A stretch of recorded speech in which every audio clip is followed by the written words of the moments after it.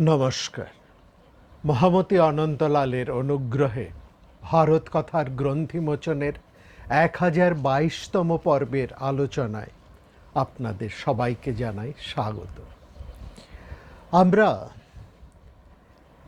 ইন্দ্রবৃত্ত সংবাদের একেবারে অন্তিম পর্যায়ে এসে পৌঁছেছি।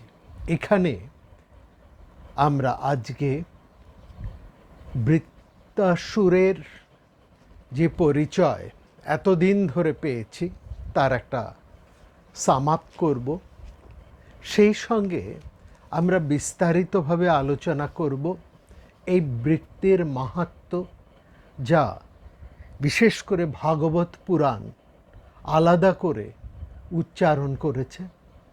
তারপরে আমরা এটা দেখব এই বৃত্তকে বধ করার পর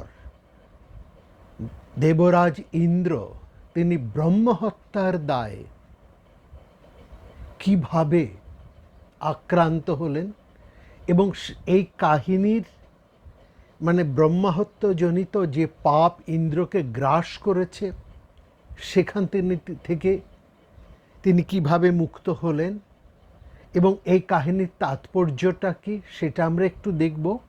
এবং সবশেষে আমরা দেখব, যেহেতু আমরা এই মহাদেবীর আরাধনার সময় এই বৃত্ত সংবাদ বলেছি এবং আমরা প্রথম থেকে বলে আসছি যে এর সাথে আমাদের এই দুর্গাপূজার একটি তাৎপর্য আছে। সেই তাৎপর্যটা কোথায়, কিভাবে তার সাথে একটা সংযোগ রয়েছে এই মহাপূজার সাথে, তার খানিকটা আলোচনা আমরা করব। মোটামুটি এই হচ্ছে আমাদের আজকের আলোচনার বিষয়বস্তু।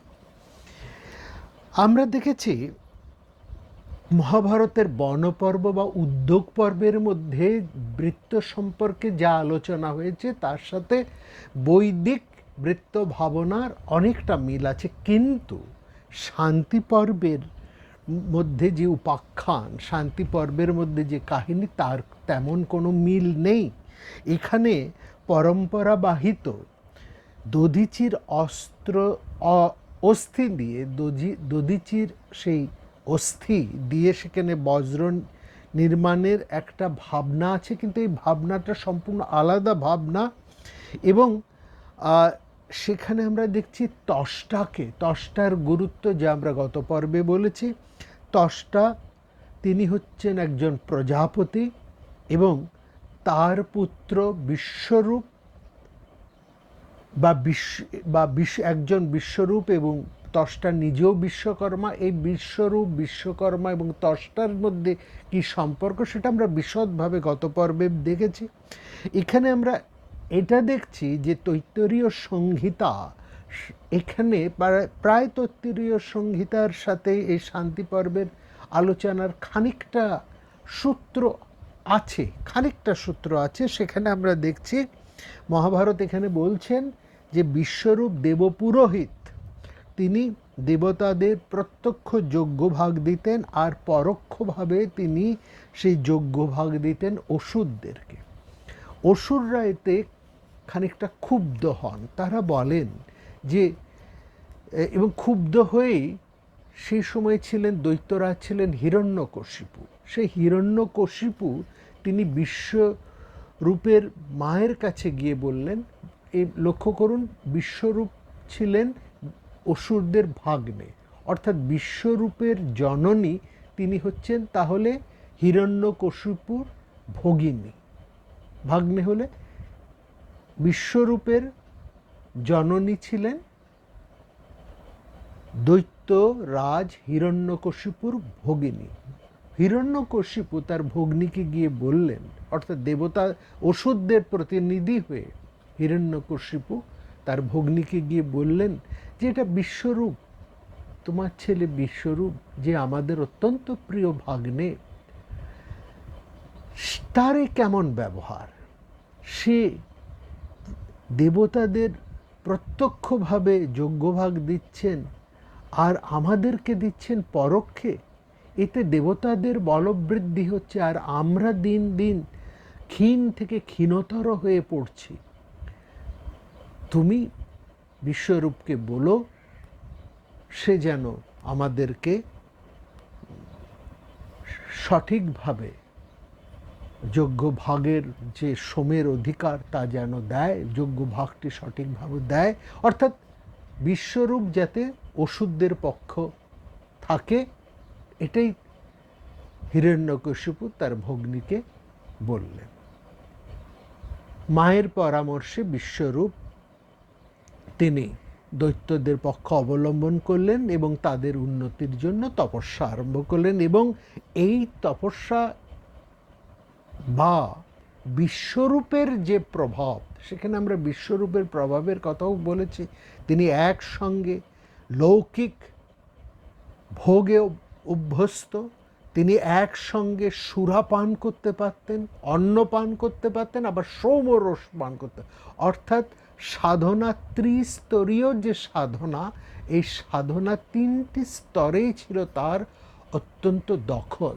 এবং তার এই সাধন ক্ষমতা দেখে, তার এই সাধন প্রতিপত্তি দেখে ইন্দ্র ভয় পেলেন এবং তারা পিতামহ ব্রহ্মার শরণাপন্ন হলেন। ব্রহ্মা তাদেরকে পাঠালেন দধিচির কাছে। দধিচি দেবতাদের অনুনয়ে তার নশ্বর দেহ ত্যাগ করলেন। তার অস্থি দিয়ে বজ্র নির্মাণ করে সেই বজ্রের আঘাতে বিশ্বরূপকে বধ করতে সক্ষম হলেন ইন্দ্র। এবং ইন্দ্র এখানে পুরোপুরি পারলেন না, তিনি সরাসরি বজ্র আঘাতে এই বৃত্ত কিংবা বিশ্বরূপকে বধ করতে সক্ষম হলেন না। সেখানে তিনি বিষ্ণুর সাহায্য নিলেন। তারপরেও দেখা গেল বৃত্ত অজেয়। এবং এই যখন ঐতরেয় ব্রাহ্মণ যখন বিশ্বরূপের হত্যা কাহিনী বর্ণনা করছেন, তখন তার সঙ্গে সঙ্গে আমরা লক্ষ্য করছি সেখানে ইন্দ্রের আরেক শত্রু বৃত্তের আবির্ভাব ঘটে যাচ্ছে। এবং অনেক পুরাণের মধ্যে বৃত্ত, বিশ্বরূপ, ত্বষ্টা একই হয়ে গেছেন। এবং বিভিন্ন জায়গায় বিশ্বরূপ এবং ত্বষ্টা তারা আদতে কিন্তু ত্বষ্টার পুত্র, এই একটা লিঙ্ক আমরা সেখানে পাচ্ছি। সেটা যাই হোক, এখানে আমরা দেখছি যে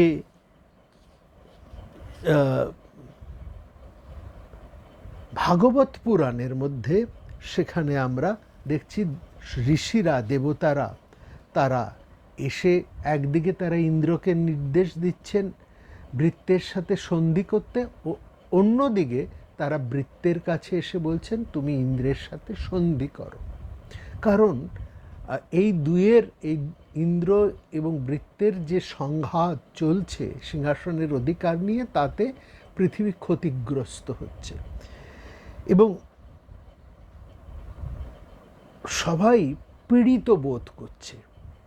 ঋষিদের কথা শুনে অবনত মস্তকে শ্রদ্ধা সহকারে বৃত্ত বললেন, দেখুন আমার আর ইন্দ্রের মধ্যে কি সন্ধি হওয়া সম্ভব?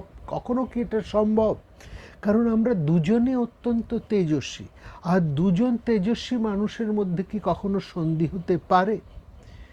ঋষিরা অনেক বোঝালেন বৃত্তকে, ইন্দ্রের মান মর্যাদা, তার দেবত্ব এসব করে প্রতিষ্ঠা দিয়েই বৃত্তকে বললেন যে আমরা চাই তুমি যেমন ক্ষমতাবান, তোমার যেমন মর্যাদা, তোমার যেমন প্রভাব, তেমনি ইন্দ্রের প্রভাবও তো রয়েছে, তোমাদের দুজনের মধ্যে সন্ধি হোক, তাতে অন্তত পৃথিবীতে শান্তি প্রতিষ্ঠা হবে। তোমাদের মধ্যে দুজনের মধ্যে চিরস্থায়ী সন্ধি হোক। তুমি ইন্দ্রকে বিশ্বাস করো, তোমার বুদ্ধিটাকে অন্যরকম হতে দিও না। ঋষিদের কথা বৃত্ত স্বীকার করলেন, তিনি অবহেলা করলেন না। এই জায়গাটা দেখুন, অসুররা কিন্তু যতই খারাপ তাদেরকে বলুন না কেন, যেভাবেই তাদেরকে বলা হোক না কেন, অনেক সময় তাদেরকে বলা হয় মাথা মোটা, বুদ্ধি কম। আসলে তাদের বুদ্ধি কম, তার একটু সরল প্রকৃতির। অসুরদের প্রকৃতিটা একটু সরল, তারা রাজনীতির অত ঘোঁচ প্যাচ বোঝেন না। দেবতারা কিন্তু ভীষণ শর্ট, এটা কিন্তু আমাদের পুরাণ ইতিহাস বারবার এটা দেখিয়ে এসেছে এবং বেদের মধ্যেও তার পরিচয় আছে, এ নিয়ে কোনো সংশয় নেই। সেখানে তিনি ঋষিদেরকে বৃত্ত খানিকটা চিন্তা করে বললেন, বেশ, আমি আপনাদের কথা স্বীকার করছি, আমি ইন্দ্রর সাথে এই মুহূর্ত হতে কোনো রকম বিরোধিতায় যাব না, কোনো বিরোধ করব না। তবে একটা জিনিস মনে রাখবেন, শুষ্ক অথবা আর্দ্র বস্তু দিয়ে আমাকে আঘাত করা চলবে না, ইন্দ্র বা অন্যান্য কোনো দেবতাও আমাকে বধ করতে পারবেন না। ঋষিরা মধ্যস্থ হয়ে বৃত্তের সমস্ত শর্ত মেনে নিলেন। ইন্দ্র এবং বৃত্তের মধ্যে একটা সন্ধি আপাত স্থাপিত হলো। সন্ধি হলো, বৃত্ত স্বীকার করে সেভাবে চললেন, কিন্তু লক্ষ্য করবেন ইন্দ্র সুযোগ সন্ধানী। তিনি সুযোগ খুঁজতে লাগলেন কিভাবে তিনি বৃত্তের সন্ধির ফাঁক দিয়ে তাকে বধ করা যায়। এটাই ইন্দ্রের চরিত্র। তিনি বৃত্তের কথার মধ্যে দিয়ে যে ফাঁক রয়ে গেছে মহর্ষিদের, সেটা স্মরণ করে সবসময় বৃত্তাসুরের রন্ধ খুঁজতে লাগলেন। এইভাবে ইন্দ্র একদিন বৃত্তকে দেখলেন, সময়টা দিনও নয় রাত নয়, সেই সময় তিনি বিষ্ণুর স্মরণ নিয়ে বধ করতে সক্ষম হলেন বৃত্তকে। যদিও আমরা জানি এখানে ইন্দ্র কিংবা বিষ্ণু এরা দুজনে মিলেও বৃত্তকে তেমন কিছু করতে পারছিলেন না সেই যুদ্ধে। সেখানে তাদের দুজনকেই শরণাপন্ন হতে হয়েছে মহেশ্বরের, শিবের। এবং মহাভারত সেই কাহিনী বলেছে, মহেশ্বরের নির্দেশে জ্বর বৃত্তের শরীরকে আক্রান্ত করে বৃত্তকে দুর্বল করেন এবং দুর্বল বৃত্তকে এরা বধ করতে সক্ষম হন। তাহলে এই যে ব্যাপারটা, এবং সেখানে আমরা বৃত্তের বিষ্ণু স্তব এটাও আমরা কিন্তু দেখছি। এবং মহাভারতের মধ্যে আরেকটি জিনিস আছে, সেটি হচ্ছে বৃত্ত গীতা। মহাভারতের এই শান্তি পর্বের মধ্যে আছে, আমরা তার আলোচনা করব। শান্তি পর্বের মধ্যে যে বৃত্ত গীতা আছে তার বিষয়টা কি, তার আলোচ্য বিষয়টা কি, কেন কে বৃত্ত গীতা বলা হচ্ছে। এবং এই বৃত্ত গীতা বৃত্ত এবং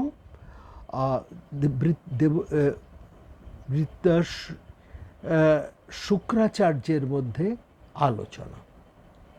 সেখানে আমরা দেখছি অসুরাধিপতি বৃত্তাসুর, তিনি দেবরাজ ইন্দ্রের কাছে যুদ্ধে পরাজিত হলে অসুরদের আচার্য শুক্র তার কাছে আসেন, বলেন আপনি আবার সে শক্তি সঞ্চয় করুন, আমি আপনাকে সেই আগের মর্যাদায় ফিরিয়ে দেব। এবং এই যে যুদ্ধে পরাজিত হয়েছেন, সেখানে আশ্চর্যভাবে আমরা লক্ষ্য করছি শুক্রাচার্য বৃত্তকে জিজ্ঞেস করছেন, এই যে আপনি এত বড় ক্ষমতাবান, যাকে সংসারে কোনো শক্তি এককভাবে পরাজিত করতে পারে না, সেখানে ইন্দ্র তার সমস্ত শক্তি দিয়ে আপনার কিচ্ছু করতে পারেনি, ইন্দ্র এবং বিষ্ণু একত্রিত হয়েও আপনাকে তেমন কিছু করতে পারছিলেন না। সেখানে মহেশ্বর অর্থাৎ বিষ্ণু, মহেশ্বর এবং ইন্দ্র, এই তিন শক্তি একত্রিত হয়ে আপনাকে পরাজিত করে। এই ব্যাপারে আপনার মনে কোনো কি দুঃখ আছে, কোনো খেদ আছে, এইভাবে যে আপনাকে অন্যায়ভাবে যুদ্ধে পরাজিত করা হলো? তখন বৃত্তাসুর বললেন যে ব্রহ্মজ্ঞান এবং তপস্যার বলে তিনি এমন একটা স্থিতদি অবস্থায় এসে পৌঁছেছেন। লক্ষ্য করুন, বৃত্তাসুর বলছে, যে বৃত্তাসুরের এত নিন্দা, যে বৃত্তাসুরকে অন্ধকার, মোহ, অজ্ঞান, তম ইত্যাদিভাবে বেদে বর্ণনা করা হচ্ছে, মহাভারতে কিন্তু সেই বৃত্তাসুরকে সম্পূর্ণ অন্য দৃষ্টিতে ব্যাখ্যা করছে। এই জায়গাটাই আমরা বারবার গত দুটি পর্ব ধরে বলতে চেয়েছি। অর্থাৎ বেদের মধ্যে সবসময় দেবতাদের সপক্ষে কথা বলা হচ্ছে, এবং দেব বিরোধী যারা দেবদ্বেষী তাদেরকে অসুর, দানব, তাদেরকে অন্যায়ী, অধর্মিক ইত্যাদি বলা হয়েছে। সেটা একটা দিকের বিষয়, একটা দিকের দৃষ্টি।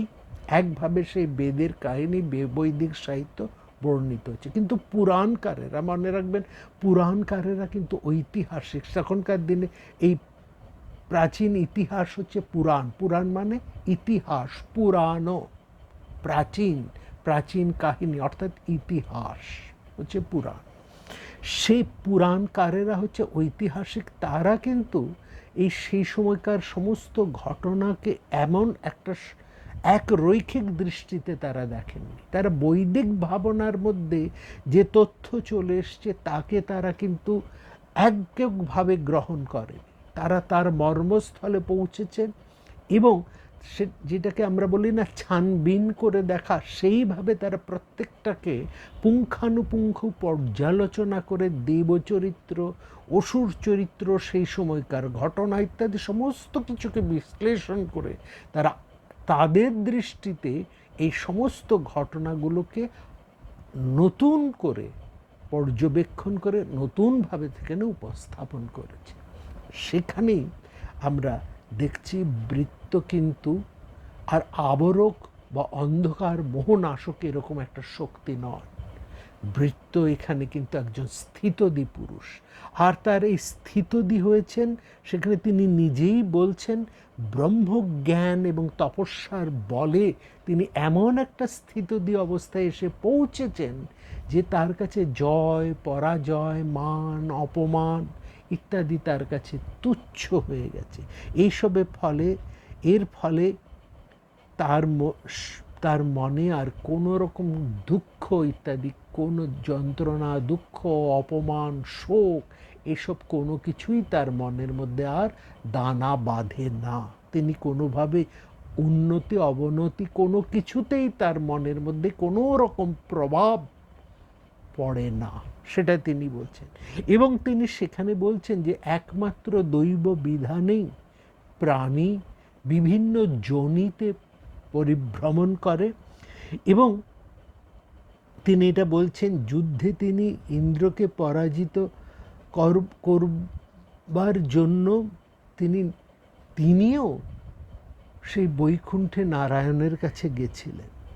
নিজের অবশিষ্ট ফল সম্পর্কেও সেখানে তিনি প্রশ্ন করছেন শুক্রাচার্যকে, এবং তিনি সেখানে বলেন, আমি বিস্মিত হয়ে দেখলাম যে আমি কখনোই বিষ্ণুদ্বেষী ছিলাম না, কিন্তু কি কারণে জানি না কেন বিষ্ণু ইন্দ্রকে সমর্থন করেছেন, ইন্দ্রের পক্ষভুক্ত হয়েছেন।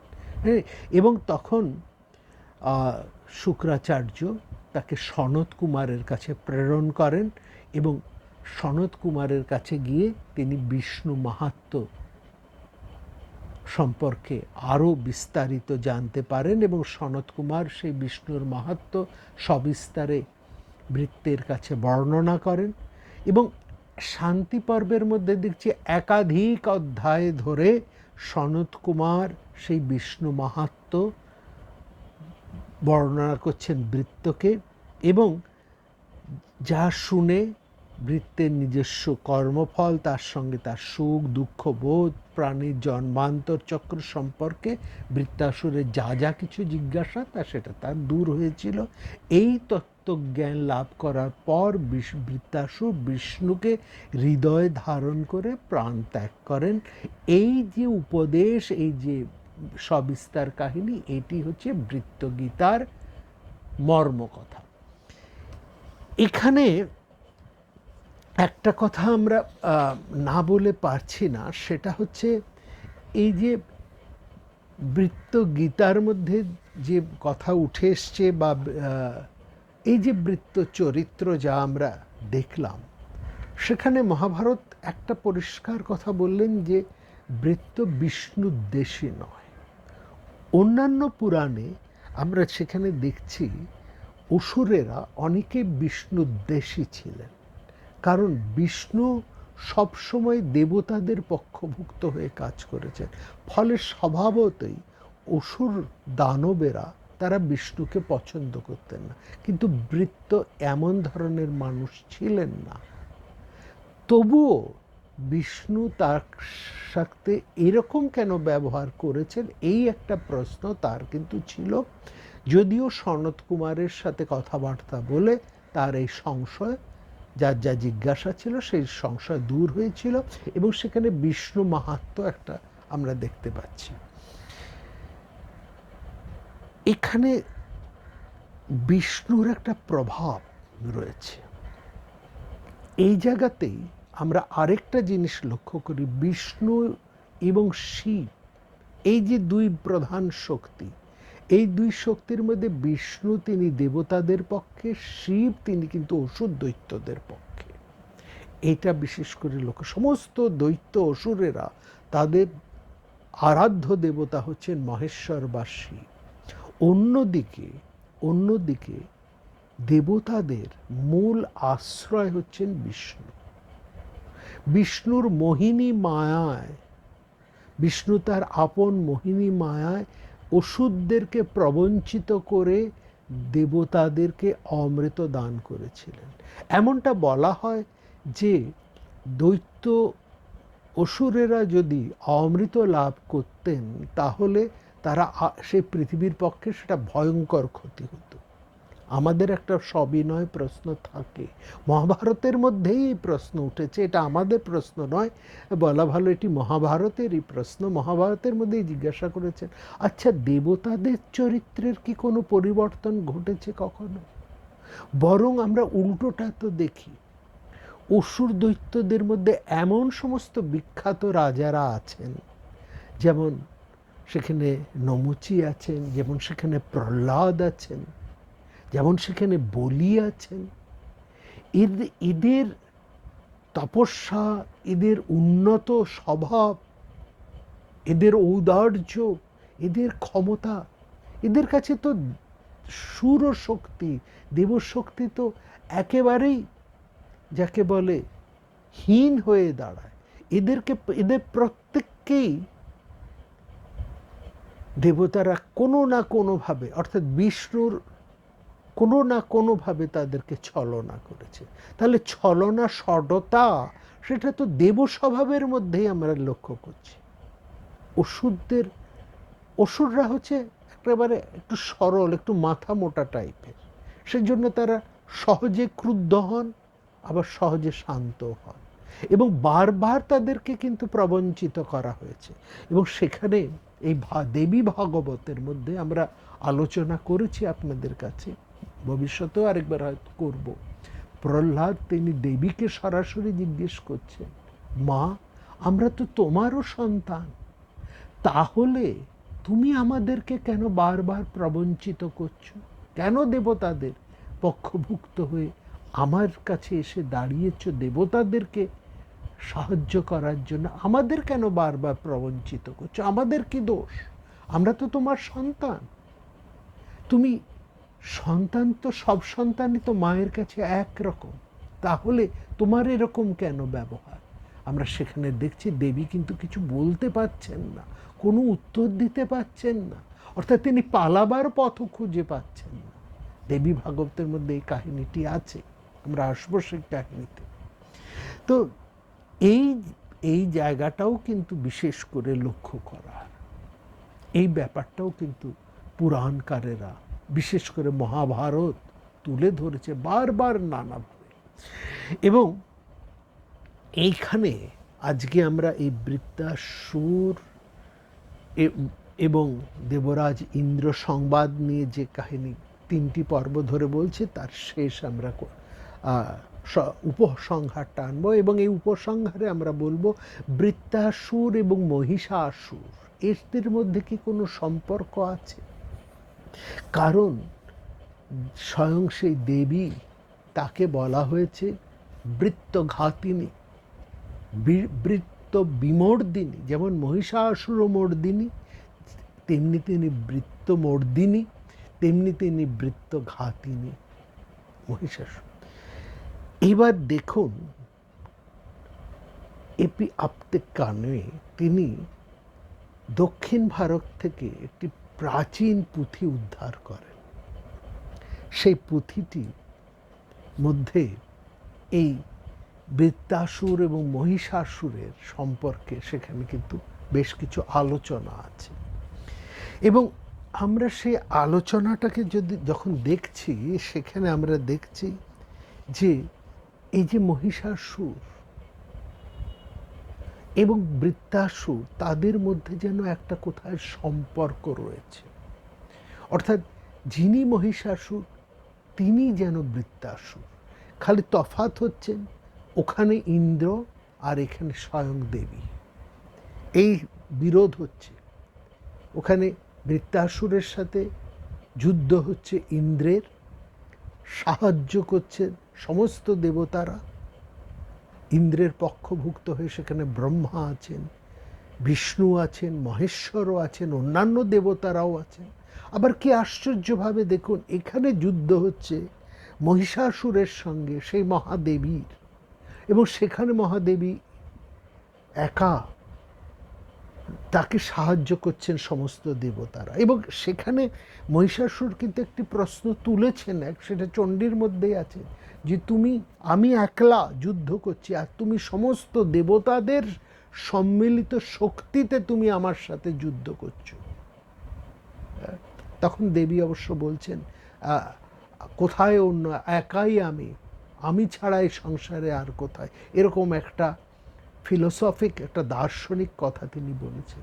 কিন্তু সত্যি করে বলুন তো, দেবী তো একলা নন, তিনি তো সমস্ত দেবতাদের শক্তিভূত একটি, সমস্ত দেবতাদের তেজ সম্ভূতা সেই দেবী শক্তি। অর্থাৎ দেবীর পক্ষে পুরাণকারেরা বলছে সমস্ত দেবতারা এক দেবীকে সাহায্য করছেন, অস্ত্র দিয়ে, তেজ দিয়ে, বীর্য দিয়ে, শক্তি দিয়ে নানাভাবে সেখানে সাহায্য করছেন। এই ঘটনার সাথে বৃত্তাসুর ইন্দ্র ঘটনার একটা মিল আমরা পাচ্ছি, সেই ঘটনায় আমরা আসবো। তার আগে যে কাহিনীটি গত পর্বে বলতে বলতে আমরা বলিনি, সেই কাহিনীটি একটু আমরা বলে নিই, তাহলে মিলটা আরেকটু আপনাদের কাছে প্রাঞ্জল হবে, সহজ হবে। আমরা সেখানে দেখছি ইন্দ্র কর্তৃক বৃত্তবধের পর ব্রহ্মা হত্যাজনিত পাপ ইন্দ্রকে গ্রাস করেছে। ইন্দ্র তখন সেই পাপ থেকে মুক্ত হবার জন্য তিনি ছুটে গেলেন ব্রহ্মার কাছে, বললেন আপনি আমাকে রক্ষা করুন। এবং মহাভারত খুব পরিষ্কার করে সেখানে বলছেন, সাবে নিষ্ক্রম্য রাজেন্দ্র তাদ দৃগ্রূপা ভয়াবহা বজ্রিং মৃগয়া মাস তদা ভরত সত্যম। বলছে সে ভয়াবহ ব্রহ্মা হত্যাজনিত একটি, ব্রহ্মা হত্যার পাপ, সেই রকম একটা পাপ যেন বৃত্তের শরীর থেকে নির্গত হয়ে ইন্দ্রের অন্বেষণ, ইন্দ্রের খোঁজ করতে লাগলেন। বজ্রিণং মৃগয়া মাস, মৃগয়া শব্দের অর্থ যেমন হরিণ, মৃগয়া শব্দের অর্থ অন্বেষণ, খোঁজা, খোঁজা অর্থেও হচ্ছে মৃগয়া। রাজারা যে মৃগয়া করতে যেতেন, তা এটা ভাববেন না যে তারা শুধু হরিণ মারতে যেতেন, হরিণের খোঁজ করতে যেতেন, নট দ্যাট। তারা অনেক কিছুর খোঁজ করতে যেতেন। তাদের সেই অন্বেষণের মধ্যে অন্য রাজ্যের, অন্য পররাষ্ট্রের রাজ্য, পররাষ্ট্রের ধনসম্পদ, সুন্দরী কন্যা এবং অবশ্যই হরিণ ইত্যাদি তো থাকতই। হরিণটা এখানে গৌণ, বনের পশুটা হচ্ছে গৌণ, মূল হচ্ছে তার পররাষ্ট্রের সম্পদ, পররাষ্ট্রের ভূমি এবং সুন্দরী কন্যা। এই যে অন্বেষণ, এটা ছিল, সেই জন্যে এই মৃগয়াকে বলা হয়েছে ক্ষত্রিয় ব্যাসন, আসক্ত। তারা আসক্ত হতেন জমিতে, সম্পদে, রমণীতে, ক্ষমতায় এবং বনের পশুতে। এইটা ছিল মৃগয়া বাসন। এই ব্যাসন নিয়ে আমরা অন্য অন্য পর্বে দীর্ঘ আলোচনা করেছি।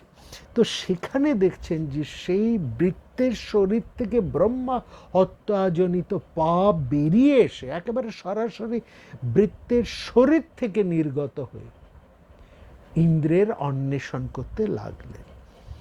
ইন্দ্রকে খুঁজে, ইন্দ্রকে পেয়ে সেই ব্রহ্মা হত্যাজনিত পাপ ইন্দ্রকে গ্রাস করল।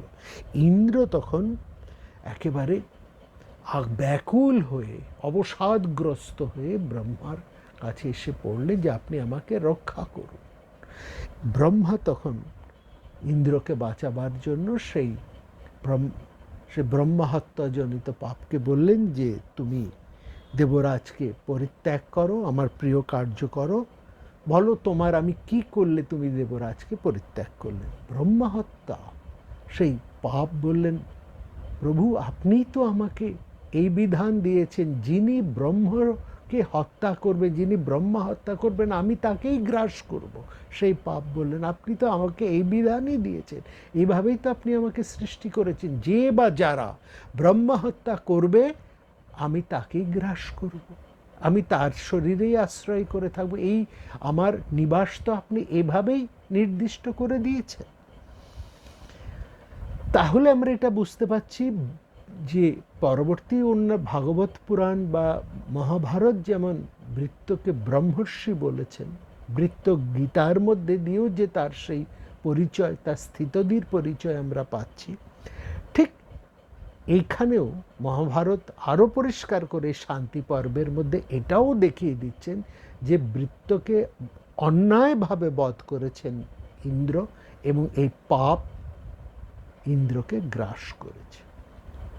তখন ইন্দ্রকে রক্ষা করার জন্য ব্রহ্মা বললেন যে ঠিক আছে, আমি তোমার আলাদা বাসস্থান ঠিক করে দিচ্ছি, তুমি ইন্দ্রকে ত্যাগ করো।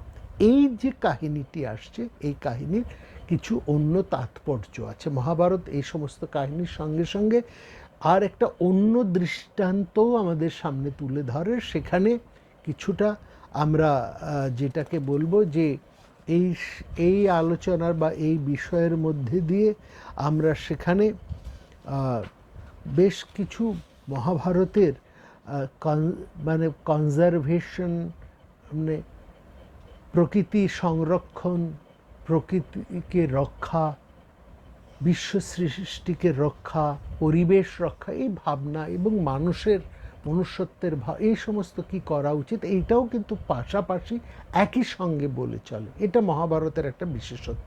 একটা বড় কাহিনীর সঙ্গে সঙ্গে এই ভাবনাটাও একই সঙ্গে প্রবাহিত হয় মহাভারতের কাহিনীর মধ্যে দিয়ে। যেখানে মহাভারতে বৃত্তের সংবাদ জানাচ্ছেন, তাকে ব্রহ্মর্ষি পর্যায়ে উন্নীত করে এই ইন্দ্র বৃত্ত সংবাদ পরিবেশন করছেন শান্তি পর্বের মধ্যে, সঙ্গে পাশাপাশি পরিবেশ ভাবনা এবং মানুষের মান উন্নয়নের ভাবনার কথাও কিন্তু একই সঙ্গে বলে চলেছে। এই কাহিনীটি হচ্ছে তারই পরিচয়। এবং সেখানে তখন ব্রহ্মা বললেন দেখো আমি তোমার আলাদা বাসস্থান ঠিক করে দিচ্ছি, তুমি ইন্দ্রকে ত্যাগ করো। তখন ইন্দ্র ব্রহ্মহত্যাজনিত পাপ থেকে মুক্ত হয়ে গেলেন। এবার ব্রহ্মা বলছেন, তাহলে তিনি প্রথমেই ডাকলেন যে অগ্নিকে স্মরণ করলেন। ব্রহ্মা তখন অগ্নিকে বললেন যে দেখো আমি ব্রহ্মা হত্যাজনিত পাপকে 4 ভাগে ভাগ করছি, তুমি তার 1 ভাগকে গ্রহণ করো। অগ্নি বললেন আমি চিরশুদ্ধ, আপনার অভিপ্রায় অনুসারে আপনার নির্দেশে আমি চিরশুদ্ধ, আমার মধ্যে ব্রহ্মা হত্যাজনিত পাপ কি করে আশ্রয় নিতে পারে? এটা আপনি কি বলছেন? বরং যারা অশুদ্ধ তারা আমার শরণ নিয়ে শুদ্ধ হয়, সেখানে ব্রহ্মা হত্যাজনিত পাপ আমার মধ্যে কিভাবে আশ্রয় নিতে পারে? ব্রহ্মা তখন বললেন দেখো তোমাকে 1/4 দায় গ্রহণ করতেই হবে। কিভাবে? বলছেন ইন্দ্রের মুক্তির জন্য এইটুকু তোমাকে স্বীকার করতেই হবে, তবে এই পাপ তোমার মধ্যে থাকবে না, তোমাকে উপলক্ষ করে যারা এই ধরনের কাজ করবে তারা এই পাপে লিপ্ত হবে।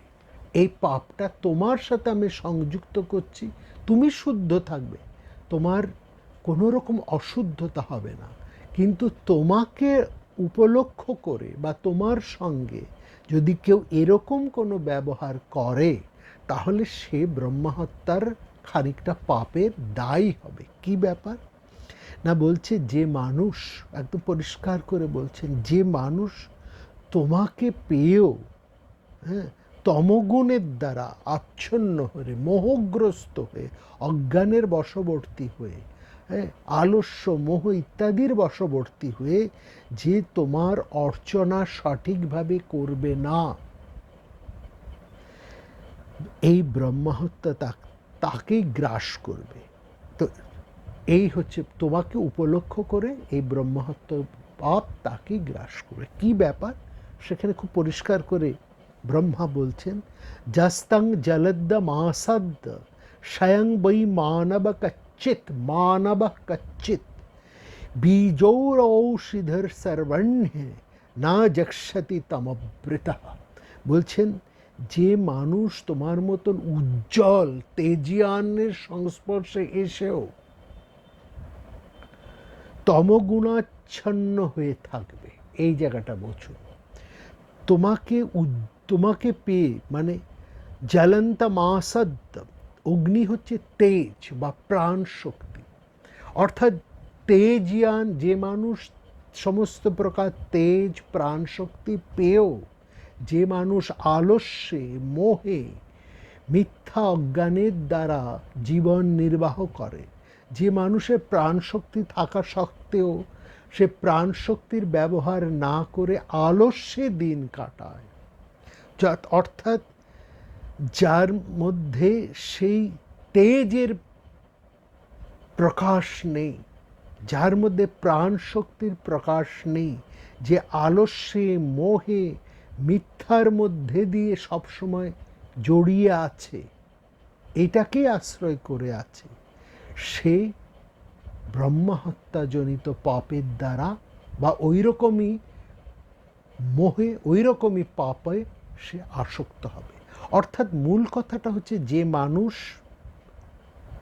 জীবিত, তার প্রাণ আছে, অথচ সে আলস্য ভেঙে, অবসাদ ভেঙে, কর্মশক্তিতে প্রচোদিত হয়ে কর্ম প্রবাহের মধ্যে ঝাঁপিয়ে পড়ছে না, কর্তব্য কর্ম করছে না, সে বলছে সে কি দুটো জিনিসকে সে নষ্ট করে, এই সংসারে দুটো জিনিসকে নষ্ট করে, বীজ এবং ঔষধি। বীজৌর ঔষধি সর্বণ্যে, মানে এই তেজ, এই যে প্রাণ শক্তি, দুটো জিনিসকে, সংসারের ধারাকে, দুটো শক্তির ধারাকে প্রাণ শক্তি বা তেজ এগিয়ে নিয়ে যায়। একটা হচ্ছে বীজ আর অন্যটি হচ্ছে ঔষধি। এই দুটো জিনিসকে বুঝুন। বীজ শব্দের অর্থ হচ্ছে সৃষ্টির মূল, উদ্যম, সক্রিয়তা, এই হচ্ছে বীজ, যার ফলে এই সৃষ্টির ধারা অক্ষুণ্ণ হয়। এই সৃষ্টির ধারা বলতে কেবল সন্তান উৎপাদন এটা বলছে না, এটা তো একটা আছে, বংশরক্ষা ব্যাপার তো একটা আছেই, তার সঙ্গে আরও বলছে যার মধ্যে উদ্যম নেই, কর্তব্য কর্ম যে সম্পাদন করে না, যে এই সৃষ্টির ধারায় কর্মশক্তির মধ্যে যে যোগদান করে না, যে আলস্যে দিন কাটায়, যে কর্তব্য কর্ম করে না, সেই ব্রহ্মহত্যার মতন পাপে অভিযুক্ত। এইটা হচ্ছে এক। আর ঔষধি মানে প্রাণ রক্ষা। ঔষধি শব্দের অর্থই হচ্ছে প্রাণ রক্ষা, মঙ্গল কর্ম, হিতকর্ম সাধন। যে মানুষ, যার সর্বপ্রকার শক্তি আছে, ক্ষমতা আছে, অথচ সে প্রাণ রক্ষা করে না, কোনো রকম হিতকর্মে যে নিজেকে ব্যাপৃত করেনি, যুক্ত করেনি, সে ব্রহ্মহত্যার মতনই পাপে অভিযুক্ত। অর্থাৎ যে মোহগ্রস্ত, যে আলস্য, যে অবসাদগ্রস্ত, তার অবস্থাটা হচ্ছে ওই ব্রহ্মহত্যার মতনই পাপী। বলছে এই সংসারে পাপী বলে কেউ নেই। পাপ হচ্ছে, মহাভারত বলছে পাপ হচ্ছে যে হিতকর্ম করে না, যে কর্তব্য কর্ম করে না, যার মধ্যে উদ্যম নেই, যার মধ্যে উৎসাহ নেই, যার মধ্যে প্রাণ শক্তির প্রকাশ নেই, সেই পাপী। মহাভারতের এই যুক্তিটা ভীষণ গুরুত্বপূর্ণ। এটি হচ্ছে প্রথম। তারপরে তিনি আহ্বান করলেন, তারপরে তিনি বৃক্ষলতা তরুলতাদেরকে আহ্বান করলেন এবং আহ্বান করে বলছেন যে তোমরা তোমাদের সাথে তোমরা এই ব্রহ্মহত্যার 4 ভাগের আরেক ভাগ গ্রহণ করো।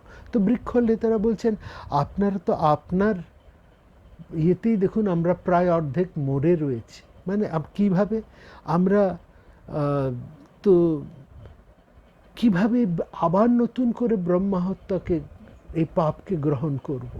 আমরা তো এমনি মানুষ, আমাদের সঙ্গে যা তাভাবে ব্যবহার করে যাচ্ছে। হ্যাঁ, আমাদেরকে শীত, গ্রীষ্ম, বৃষ্টি এবং মানুষ নানাভাবে আমাদেরকে ছেদ করে ডালপালা কেটে ভেঙে চুরে যা তা করে যাচ্ছে। তখন ব্রহ্মা বললেন, সেই দেখো যারা এই সংসারে যে মানুষ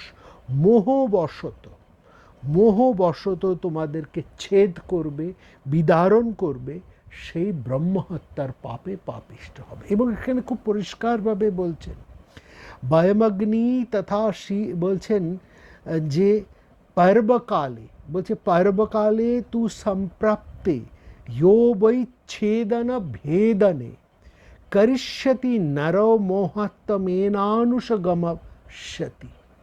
বলছেন পর্বকালে, পর্বকাল মানে হচ্ছে তিথিসমূহ, যেমন অষ্টমী, চতুর্দশী, অমাবস্যা, পূর্ণিমা এবং রবি সংক্রান্তি, অর্থাৎ প্রত্যেকটা মাসের এক একটা সংক্রান্তি। এই 5টি হচ্ছে তিথি বা পর্ব। এই পর্ব শব্দ থেকে লক্ষ্য করবেন কথাটা এসছে পরব।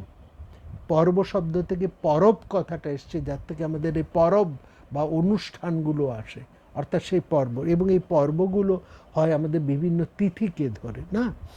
বৈদিক সময়েও কিন্তু এই পরব বা তিথির গুরুত্ব ছিল। সেখানে পূর্ণিমা এবং অমাবস্যায় যে যাগ করা হতো, পূর্ণিমায় যে যজ্ঞ হতো সেটাকে বলা হতো পৌর্ণমাসী যজ্ঞ, আর অমাবস্যায় যে যজ্ঞ হতো সেটাকে বলছে দর্শ যজ্ঞ।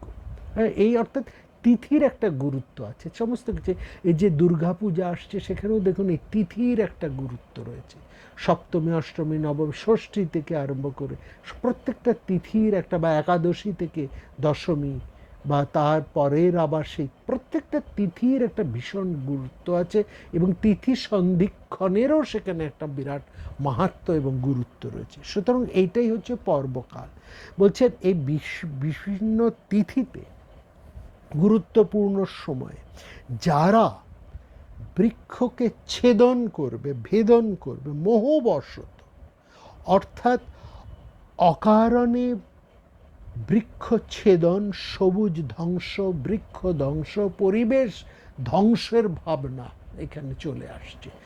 অকারণে বনচ্ছেদন, আগুন লাগানো, বৃক্ষ নাশ, বৃক্ষচ্ছেদন যারা করবে তারা হচ্ছে ওই ব্রহ্মহত্যার সমানই তারা পাপী। তাদের পাপটা ওই ব্রহ্মহত্যাজনিত পাপের সমানই গুরুতর। অর্থাৎ পরিবেশ রক্ষার একটা ভাবনা। সেই সময়কার এই কথা বলে মানুষদেরকে যেন একটু সাবধান করে দিচ্ছে, সতর্ক করে দিচ্ছে। কারণ ভারতবর্ষের মানুষ একটু ধর্মভীরু। এখানে ধর্ম শব্দের অর্থ পূজা পাঠ ইত্যাদি যেমন আছে, তেমনি অনুশাসনও আছে। এই অনুশাসনটা দেওয়া হলো যে কারণে অকারণে তোমরা বৃক্ষ ধ্বংস করো না, সবুজ ধ্বংস করো না, পরিবেশ নষ্ট করো না। যদি করো তাহলে তোমরা ব্রহ্মহত্যাজনিত পাপে লিপ্ত হবে। এই হচ্ছে দ্বিতীয়। তৃতীয়টা বলছে যে যারা বলছেন যে ঋতুকালে যারা নারী সংসর্গ করবে, ঋতুকালে যারা নারী সংসর্গ করবে, অর্থাৎ রজস্বলা স্ত্রী সংসর্গ করবে, সেই পুরুষেরাও কিন্তু ব্রহ্মহত্যাজনিত পাপে লিপ্ত হবে। অর্থাৎ নারীকে সম্ভোগের সময় এবং অসময়টাকেও কিন্তু বেঁধে দেওয়া হলো। নারী মাত্রেই তাকে সে ভোগ্য বস্তু নয়। রজস্বলার সময় নারীর দেহ সেই সময় থাকে নরম, মানে তখন তাকে ভোগ করা যায় না, তার সেটা কিন্তু নারীর পক্ষে সেটা বা একজন মেয়ে মানুষের পক্ষে সেই সময়টা কিন্তু শারীরিকভাবে সে তখন দুর্বল থাকে এবং অসুস্থ থাকে। সেই সময় তাকে জোর করে সম্ভোগ করো না, যদি কেউ করে তাহলে সে ব্রহ্মহত্যাজনিত পাপে লিপ্ত হবে। এটাও একটা আমাদের এই মানুষের সময় ঋতুকালেরও একটা মর্যাদা দেওয়া হচ্ছে, অর্থাৎ সম্ভোগেরও কিন্তু সময় নির্ধারণ করা আছে এবং সেখানে খুব পরিষ্কার করে বলা আছে একটি বা দুটি সন্তান হবার পর বেদের মধ্যেও রয়েছে এবং অন্যান্য অনুশাসনের মধ্যেও রয়েছে যে পুত্র কামনা যেমন সেখানে রয়েছে, বহু পুত্রবতী হবার কথাও যেমন বলা হচ্ছে, সেই সঙ্গে এটাও বলা হচ্ছে কোন সময় নারীকে সম্ভোগ করা যাবে, কোন সময় করা যাবে না, কোন বছর থেকে কোন বয়সকাল থেকে কোন বয়সকাল পর্যন্ত একজন নারীর মধ্যে সন্তান ধারণের উপযুক্ত, এটাও সেখানে বলা হচ্ছে। বলছে এর বেশি আগে পরে করলে যে করবে সে ব্রহ্মহত্যাজনিত পাপে লিপ্ত হবে। সুতরাং এই বিচার বোধগুলো, এই ব্যাপারগুলো, এই মানুষের এই চিকিৎসা ধারার যে ভাবনা, এই শারীরিক যে ভাবনা, হ্যাঁ, এই ভাবনাও কিন্তু মহাভারতের মধ্যে সেখানে লক্ষ্য করছে। এবং চতুর্থটাই হচ্ছে জল। বলছে কেউ যদি জলের মধ্যে, বলছে যারা বলছে জলকে অত্যন্ত তুচ্ছ ভেবে যে মোহবশত কোনো মানুষ যদি তার মধ্যে থুতু শ্লেষা, হ্যাঁ, মূত্র বিষ্ঠা ইত্যাদি ত্যাগ করে, সেই মানুষ তৎক্ষণাৎ ব্রহ্মহত্যাজনিত পাপে লিপ্ত হবে। তার মানে এটা হচ্ছে conservation and purification of water. জল সংরক্ষণ করো এবং জলকে নির্মল রাখো। এই যে পরিবেশ একটা ভাবনা, এই যে মানুষের শারীরবৃত্তিক একটা ভাবনা, মানুষকে সংযত হবার ভাবনা, এই ভাবনার সাথেও কিন্তু দেখুন এই ব্রহ্মহত্যার ভাবনাটাকে জুড়ে দেওয়া হয়েছে। ইন্দ্রকে মুক্ত করে দিচ্ছেন এবং সেই ব্রহ্মহত্যার পাপটা ইন্দ্রের থেকে সরিয়ে এনে সেটা অন্যান্য জিনিসের মধ্যে দিয়ে সেটাকে ছড়িয়ে দেওয়া হলো। এই ছড়িয়ে দেওয়ার মধ্যে দিয়ে কিন্তু মানুষের যাপন, তার মূল্যবোধ, তার প্রতিদিনের ভাবনা, প্রতিদিনের চলাফেরা প্রত্যেকটাকেই কিন্তু শৃঙ্খলার মধ্যে আবদ্ধ করা হলো। এইখানে ধর্ম অর্থে শৃঙ্খলা, নিয়মানুবর্তিতা, এবং ধর্ম অর্থেও কিন্তু এখানে পরিবেশ ভাবনার মধ্যেও আমরা এখানে বিশেষ করে লক্ষ্য করছি। এই যে কথাগুলো বলা হচ্ছে, বলছে যারা এই জিনিসটি, এইগুলো যে মানবে না সেই মানুষকে মনুষ্য পদবাচ্য বলা যাবে না। এবং বলছেন যারা এই ইন্দ্রোপাখ্যান, ইন্দ্রবৃত্তের উপাখ্যান যারা স্মরণ করবেন তারা কখনোই কিন্তু পাপে লিপ্ত হবেন না। অর্থাৎ ইন্দ্র যে পাপে লিপ্ত হয়েছে এটা মহাভারত বলছে। রাজা বলে, দেবরাজ বলে তাকে ছাড় দিচ্ছে না মহাভারত। বলছে তুমি দেবরাজ হতে পারো, সিংহাসন অধিকার করেছো, কিন্তু এই অধিকারের মধ্যে তোমার পাপ আছে। এবং ভালো করে দেখুন সেখানে পরোক্ষে বিষ্ণুর যত প্রশংসাই হোক না কেন, বিষ্ণুর যে ভূমিকা সেটারও সমালোচনা করা হচ্ছে মহাভারতে। এবং সেখানে মহেশ্বরেরও যেটুকু ন্যূনতা রয়েছে সেটাও কিন্তু এখানে তুলে ধরা হয়েছে। অর্থাৎ দৈত্য অসুর বলে তাদেরকে, অর্থাৎ দেব বিরোধী বা দেব প্রতিপক্ষ দল বলে তাদেরকে কিন্তু অবহেলা করেনি মহাভারত। সেখানে পুরাণকারেরা ঘটনার প্রকৃত তাৎপর্যটা তুলে এনেছে। শেষ করব আমরা এই জায়গাটিকে নিয়ে, যে কথা আমরা বলছিলাম বৃত্তাসুর এবং মহিষাসুরের মধ্যে একটা সম্বন্ধ রয়েছে। এই সম্বন্ধটি আমরা দেখছি যে দক্ষিণ ভারতের একটি প্রাচীন পুঁথির মধ্যে এই সম্বন্ধটিকে খুব বিস্তারিতভাবে আলোচনা করা হয়েছে। সেই জায়গা বলবার আগে আমাদেরকে একটু মহিষাসুরের কথা বলতে হবে। মহিষাসুর হচ্ছেন, তার সম্পর্কে নানান কাহিনী আছে। তিনি সেখানে স্কন্দ পুরাণ এর মধ্যে যে কাহিনী আমরা পাচ্ছি সেখানে বলা হচ্ছে মহিষাসুর একজন সুদর্শন যুবক হিসেবে তিনি ছিলেন। মহিষাসুর আদতে ছিলেন একজন অত্যন্ত সুদর্শন দৈহিক শক্তির অধিকারী একজন পুরুষ, এবং তিনি দৈত্য হিরণাক্ষের পুত্র। সেখানে স্কন্দ পুরাণে মহিষাসুর হচ্ছেন দৈত্য হিরণাক্ষের পুত্র। বাল্যকাল থেকে তিনি মহিষ ছিল তার বাহন। একবার গঙ্গার নদীর তীরে মহিষ বাহনে চড়ে, মহিষের পিঠে চড়ে তিনি শিকারে বের হয়েছেন। ঠিক সেই সময় মহর্ষি দুর্বাসা নদীর তীরে বসে ধ্যান করছিলেন। সেই ধ্যান করছেন আর সেই মহিষের পিঠে করে যাচ্ছেন মহিষাসুর। সেইখানে দুর্বাসাও দেখতে পাননি ঠিকভাবে, মহিষটিও দেখতে পাননি। মহিষের পায়ের খুরের আঘাতে দুর্বাসার দেহে আঘাত লাগে। দুর্বাসা অত্যন্ত শর্ট টেম্পার্ড ঋষি, তিনি সঙ্গে সঙ্গে গঙ্গার পবিত্র জল হাতে নিয়ে ধনুতনয় সেই সুদর্শন হিরণাক্ষের পুত্রকে অভিশাপ দেন যে তুমি বিশাল মহিষ দেহ লাভ করবে।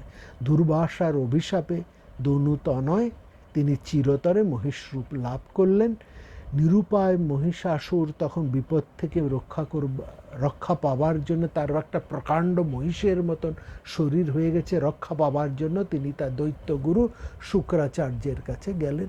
বলেন, প্রভু আমাকে রক্ষা করুন, এই আমার কোনো দোষ নেই, আমার বাহনে আমি মহিষে করে যাচ্ছিলাম, মহিষ খেয়াল করতে পারেনি, মহিষের পা দুর্বাসার গায়ে লেগে গেছেন, তাই তিনি একটু আঘাত প্রাপ্ত হয়েছেন এবং তিনি আমাকে ক্রুদ্ধ হয়ে অভিশাপ দিয়ে আমার আজকে এই অবস্থা। শুক্রাচার্য তখন বলছেন যে তুমি শিবের শরণ নাও, মহাবেশ্বরের শরণ নাও, হাটকেশ্বর ক্ষেত্রে যাও, সেখানে মহাদেবের আরাধনা করো। সেইখানে গিয়ে মহিষাসুর শ্রী মহাদেবের তপস্যা আরম্ভ করলেন। তখন মহাদেব বললেন, দেখো দুর্বাসা আমার বড় ভক্ত, আমি তার পুরোপুরি অভিশাপকে আমি কাটাতে পারবো না, তবে তুমি যতক্ষণ এই মহিষের রূপে থাকবে ততক্ষণ তুমি অবদ্ধ হবে। হ্যাঁ, এইটুকু বর আমি তোমাকে দিতে পারি, এবং একজন ছাড়া তোমাকে এই সংসারে আর কেউ বধ করতে পারবে না। অনেক ভেবেচিন্তে মহিষাসুর বলে, ঠিক আছে, এই সংসারে আমি একমাত্র স্ত্রীলোক ভিন্ন অন্য কোনো প্রাণীর দ্বারা আমি অবদ্ধ থাকব। শিব বললেন, তথাস্তু। এই সঙ্গে মহিষাসুর এও প্রার্থনা করলেন, যেখানে আমি আপনার এই দর্শন পেলাম, এই ক্ষেত্রে যারা এসে সাধনা করবে, যারা এখানে এই পুণ্য কুণ্ডে যারা অবগাহন করবেন, তাদের এই তীর্থ দর্শন করে, এই তীর্থ সলিলে অবগাহন করে তাদের যাবতীয় পাপ ও ব্যাধি যেন দূর হয়ে যায়। মহাদেব বললেন, তথাস্তু। এখানে আরেকটি কাহিনী আমরা পাই বরাহ পুরাণ। এটা গেল স্কন্দ পুরাণের কাহিনী। বরাহ পুরাণে আবার একটা ভিন্ন কাহিনী আছে। সেখানে মহিষাসুরের একটা অন্য কাহিনী পাই। বিপ্রচিত্তির কন্যা হচ্ছেন, জ্যেষ্ঠা কন্যা হচ্ছেন মাহিষ্মতি। এই মাহিষ্মতির সাথে একটা তপবনে, মানে পিতার অত্যন্ত আদরের কন্যা মাহিষ্মতি, এই মাহিষ্মতি তিনি একদিন এক মুনির আশ্রমে গিয়ে তিনি মুনিদেরকে ভয় দেখাবার জন্য, অল্প বয়স, তারপরে পিতার অত্যন্ত আদুরে, অনেকটা স্পয়েল চাইল্ড ধরনের, তিনি ওই মুনিদেরকে ওই মহিষের রূপ ধারণ করে একটা মুখোশ পরে ভয় দেখাতে গেছে। ঋষিরা প্রথমে, ঋষি অশ্বর, বিখ্যাত ঋষি হচ্ছেন অশ্বর, তিনি প্রথমে ভয় পেয়েও তিনি বুঝতে পারলেন যে আসলে এরা মহিষের মুখোশ পরে আমাদেরকে ভয় দেখাতেছে, এবং রোষ ভরে তিনি শাপ দিলেন যে তুমি মহিষী হয়ে থাকো, অর্থাৎ মহিষী এত রূপ ধারণ করো। মাহিষ্মতি ক্ষমা প্রার্থনা করলে ঋষি বললেন যে ঠিক আছে, একমাত্র তুমি সন্তান প্রসব করার পরে তোমার মুক্তি হবে। তো এরপরে সেই মাহিষ্মতির সাথে বিবাহ হয়। আর সুপার্শ্ব, ঋষি সুপার্শ্বের পুত্র সিন্ধুদ্বীপের। দেখুন, এই জায়গাটা বুঝুন, তখনকার দিনে ঋষিরাদের সাথে এই যেমন দেবতাদের একটা সম্বন্ধ ছিল, ঋষিদের সাথে মানুষদের যেমন নরর একটা সম্বন্ধ ছিল, ঋষিদের সাথে ওষুধ দৈত্যদেরও সম্বন্ধ ছিল। অর্থাৎ বিবাহাদি সম্বন্ধ কিন্তু চলতো। অর্থাৎ ঋষিদের সাথে দেবতাদেরও বিবাহ আদি সম্বন্ধ হতো, অনেক দেবতারা ঋষি কন্যাদেরকে বিবাহ করেছেন, মানুষরাও অনেক ঋষি কন্যাকে বিবাহ করেছেন বা তাদের কন্যাকে ঋষিদের মুনিদেরকে দিয়েছেন বিবাহ করতে। এটা তো বুড়ি বুড়ি উদাহরণ আছে। আবার ঋষিরাও কিন্তু ওষুধ দৈত্য কন্যাদেরও ব্যবহার করতেন। অর্থাৎ ওষুধ দৈত্য বলে তারা একেবারে ফেলনা কোনো জিনিস ছিল না। ওষুধ দৈত্য বলে এটা ভাববেন না যে তারা একেবারে একটা বিকট দর্শনা ছিলেন, টিভিতে যেমন দেখায় তা কিন্তু না। তারা অত্যন্ত সুন্দরী ছিলেন, অত্যন্ত গুণবতী ছিলেন, এবং মানে তারা অনেকেরই বরণীয় যাচনীয় ছিল। দেবতারাও ঋষিকন্যাদেরকে যেমন বিবাহ করতেন, যেমন তারা মানুষের নরকন্যাদেরকেও, যেমন তারা মানব কন্যাদেরকেও যেমন বিবাহের জন্য তারা লালায়িত ছিলেন, তেমনি তারা সুন্দরী দৈত্য অসুর কন্যা, সুন্দরী গুণবতী অসুর দৈত্য কন্যাদেরও তারা বিবাহ করতে মানে ভীষণ লালায়িত ছিলেন। এটা পরস্পরের মধ্যে সম্পর্ক ছিল। এখানে আমরা দেখছি মাহিষ্মতি তিনি ঋষি সুপার্শ্বের পুত্র সিন্ধুদ্বীপের সাথে তার বিবাহ হয় এবং তাদের একটি পুত্র না হয়, সে পুত্রের নাম হচ্ছে মহিষ। এই বরাহ পুরাণের এখানে সেই পুত্রের জন্ম হয়, তিনি মহিষাসুর নামে বিখ্যাত। এই মহিষাসুর একসময় জানতে পারলেন যে ত্রিকলা নামে এক পরমা সুন্দরী কন্যা আছে, যিনি একসাথে ব্রহ্মা বিষ্ণু শিবের সম্মিলিত তেজে উৎপন্না। এই মহিষাসুর অর্থাৎ মাহিষ্মতির পুত্র, পিতা হচ্ছেন তার সিন্ধুদ্বীপ, ঋষি সিন্ধুদ্বীপ, আর মাতা হচ্ছেন মাহিষ্মতি, অসুর কন্যা বা দৈত্যকন্যা মাহিষ্মতি। তিনি হচ্ছেন মহিষাসুর। তিনি সেই ত্রিকলার কথা জানতে পারলেন।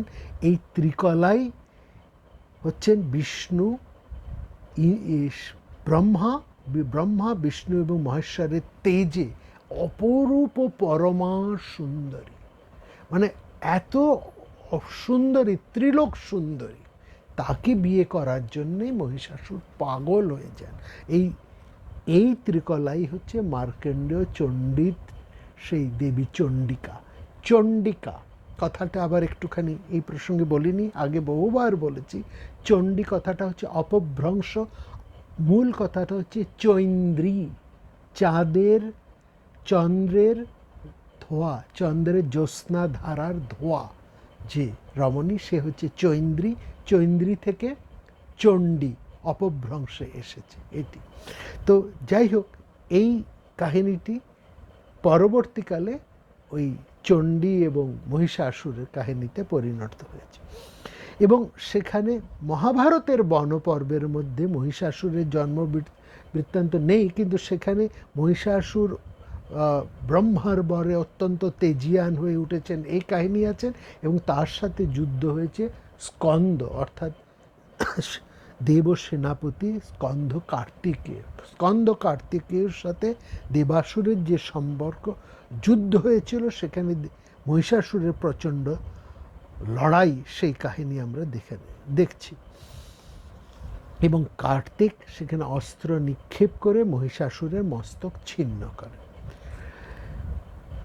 এই একটা সময় আরেকটি আমরা স্কন্দ পুরাণের মাহেশ্বর খণ্ডে বা কুমারিকা খণ্ডের মধ্যে আমরা দেখছি আরেকটি কাহিনী আছে।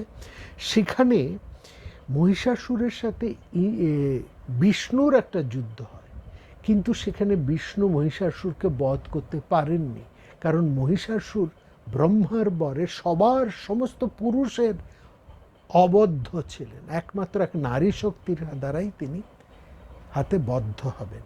এইখানে সেই সবচাইতে মূল কারণটা আসে বামন পুরাণের মধ্যে, এবং পরবর্তীকালে দেবী চণ্ডীর মধ্যে বামন পুরাণে বা শিবপুরাণে যেটি পায় সেটি হচ্ছে বিখ্যাত আমাদের এই চণ্ডীর উপাখ্যান। সেখানে আমরা দেখছি মহিষাসুর তিনি হচ্ছেন দিতির কন্যা, দিতি কন্যার পুত্র। কাহিনীটা একটু সংক্ষেপে বলি।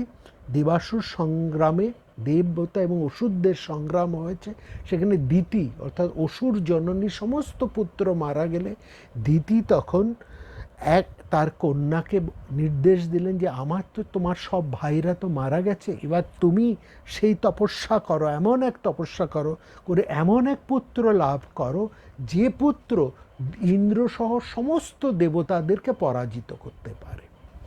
বনে গিয়ে সেই দিতিকন্যা কঠোরভাবে তপস্যা আরম্ভ করেন। সেই দিতিকন্যার তপস্যায় প্রসন্ন হয়ে ব্রহ্মা এক ঋষির রূপ এসে তাকে বলেন যে তোমার এক পুত্র হবে, সে তার নাম হবে মহিষাসুর, এবং সে তোমাকে সমস্ত দেবতাদেরকে পরাজিত করে অজেয় হবে সে, এবং তাকে সে হবে বিরাট তপস্বী। তো যাই হোক, সেই দিতিকন্যার নাম হচ্ছে রম্ভা। এই রম্ভার পুত্র হচ্ছে মহিষাসুর। মহিষাসুর জন্মের পরেই তিনি আবার তপস্যা আরম্ভ করেন। তার তপস্যার লক্ষ্য হচ্ছে তিনি কিভাবে অমরত্ব লাভ করেন। তখন ব্রহ্মা বললেন তোমাকে অমরত্ব বর আমি সরাসরি দিতে পারবো না, তবে অন্য কোনো বর চাও। তখন এই রম্ভাপুত্র মহিষাসুর তিনি বলেন যে একমাত্র নারী ছাড়া আমি সকলের হাতে অবদ্ধ হব। সেই ক্ষেত্রে আমরা দেখছি দেবী চণ্ডিকার সাথে তার ভয়ঙ্কর যুদ্ধ হয়, এবং এই দেবী চণ্ডিকা সমস্ত দেবতাদের তেজে, দেবতাদের সমস্ত দেবতাদের দেহ হতে উৎপন্ন যে তেজ, সেই তেজে মিশ্রিত একটা প্রচণ্ড শক্তি থেকে এই চণ্ডিকার জন্ম, এবং সেখান থেকে নারী মুক্তির সৃষ্টি, এবং সমস্ত দেবতাদের প্রভাবে সেই নারী মূর্তির সমস্ত অঙ্গ প্রত্যঙ্গের সৃষ্টি হয়, এবং তারা তাদেরকে বিভিন্ন অস্ত্রে বিভিন্ন শক্তিতে শক্তি সমন্বিত করেন, এবং সেই চণ্ডিকা দেবতাদের শক্তিতে উদ্ভূত তিনি কাত্যায়নের আশ্রমে আবির্ভূত হন। যেহেতু তিনি কাত্যায়নের আশ্রমে আবির্ভূত হয়েছেন, সেই জন্য তার আরেক নাম হচ্ছে কাত্যায়নী। চণ্ডিকার সাথে মহিষাসুরের যুদ্ধ আরম্ভ হয়, এবং সেই বিশাল যুদ্ধ, সেই যুদ্ধের কাহিনী চণ্ডীর মধ্যে আছেন, আপনারাও জানেন, সেই তার মধ্যে আমরা যাব না। এই যে আমরা যে পুঁথিটির কথা আমরা বললাম, যেখানে আমরা বৃত্তাসুরের সাথে একটা সম্পর্ক পাচ্ছি মহিষাসুরের, সেটা এই পুঁথিটির মধ্যে বিশদভাবে বর্ণনা করা আছে। মিলটা একেবারে সরাসরি আমরা সেখানে চলে আসি। সেখানে বলা হচ্ছে দেবীর হাতে যখন সেই মহিষাসুর বধ হলেন, দেবী যখন সম্মিলিত শক্তির দ্বারা প্রচণ্ডভাবে সেই মহিষাসুরকে বধ করতে সমর্থ হলেন, তখন এই কাহিনীটি এই পুঁথির মধ্যেও রয়েছে, এবং স্কন্দ পুরাণের মধ্যেও তার কাছে কিছুটা ইঙ্গিত আছে। স্কন্দ পুরাণেও ইঙ্গিত আছে, এবং এই দক্ষিণ ভারতের প্রাপ্ত এই পুঁথির মধ্যে বিস্তারিতভাবে রয়েছে। সেখানে বলা হচ্ছে মহিষাসুর পরম শিবভক্ত।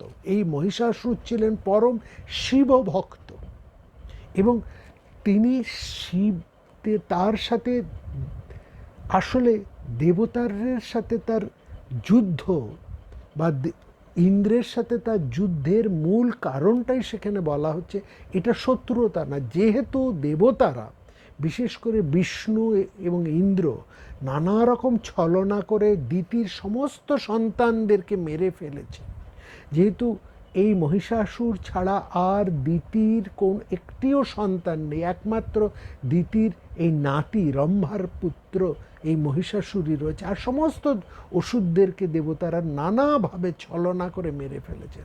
পরবর্তী সময়ে এই রম্ভাপুত্র এই মহিষাসুর ক্ষমতাপ্রাপ্ত হন। তিনি নিজের তপস্যায় তিনি সেই দেবলোককে জয় করেন, এবং দেবলোককে জয় করেন তিনি তার প্রতিশোধ নেবার জন্য।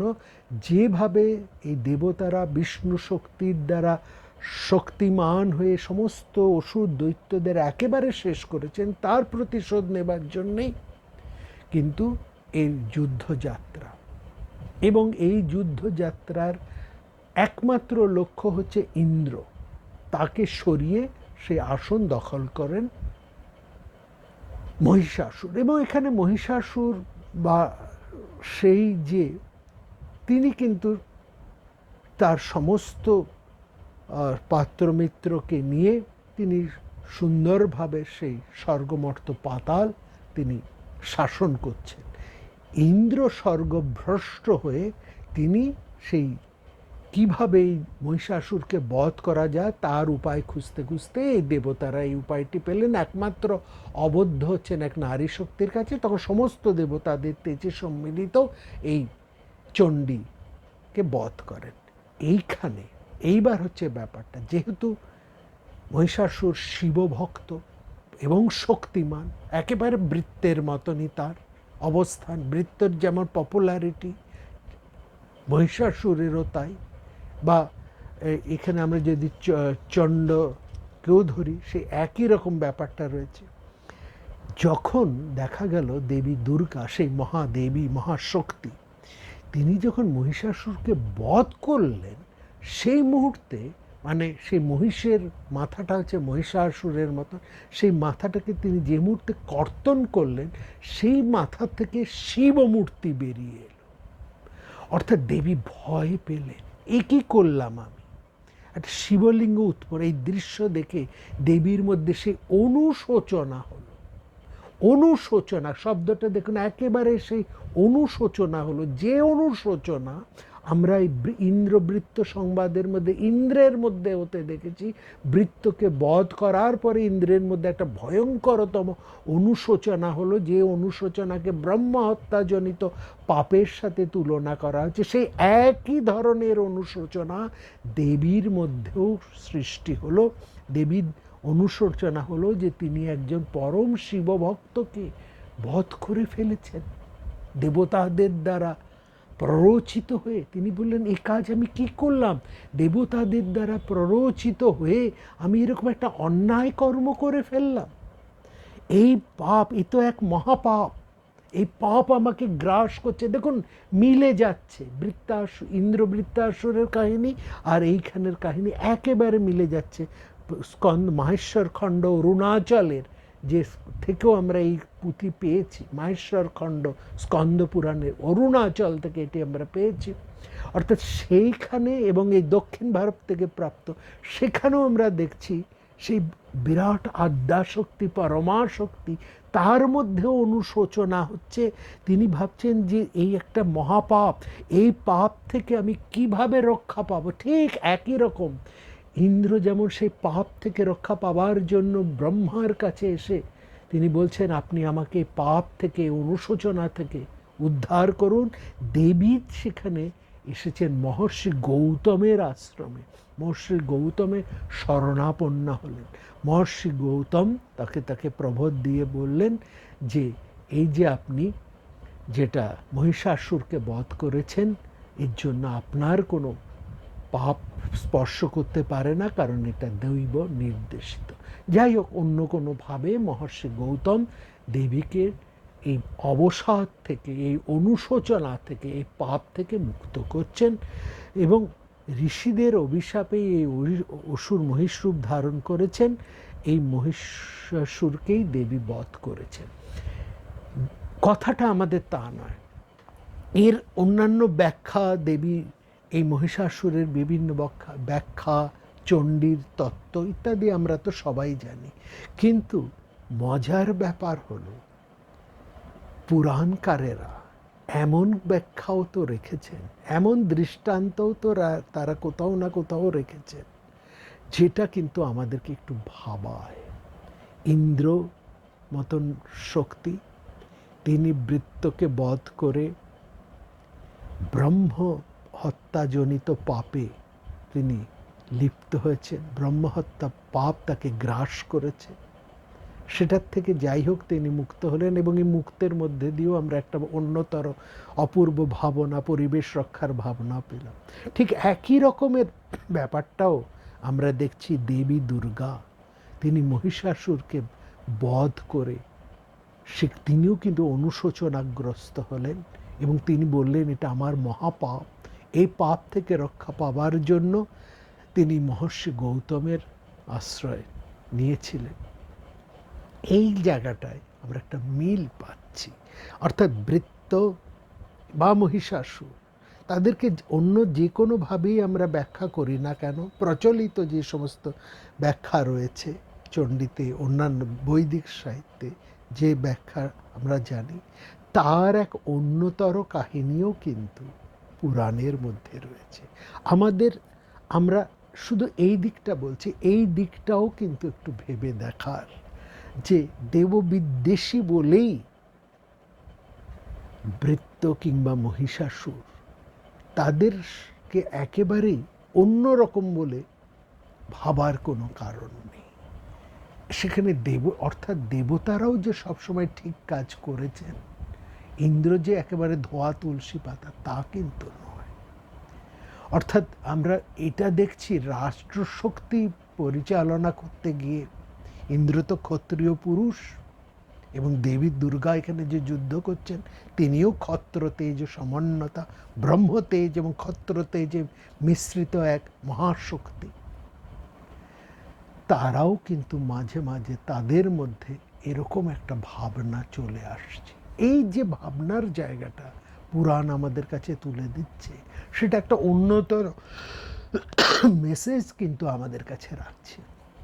এটা হচ্ছে এই ক্ষত্র পুরুষরা সাবধান, তোমরা রাষ্ট্রশক্তি যাদের উপরে ন্যস্ত তারা কিন্তু মাঝে মাঝে অন্যায়ী হয়ে যায়, তারাও অন্যায় করে ফেলে।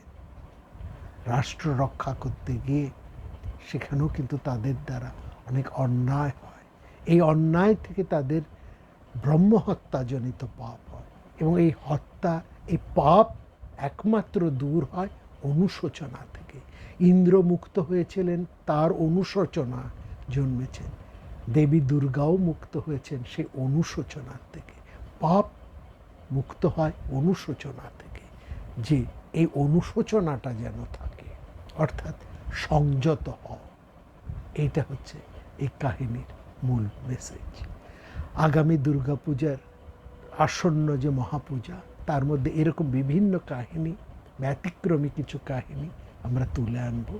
এটার একটা অন্যতর ভাবনা আছে, সেটাও আমাদেরকে বুঝতে হবে।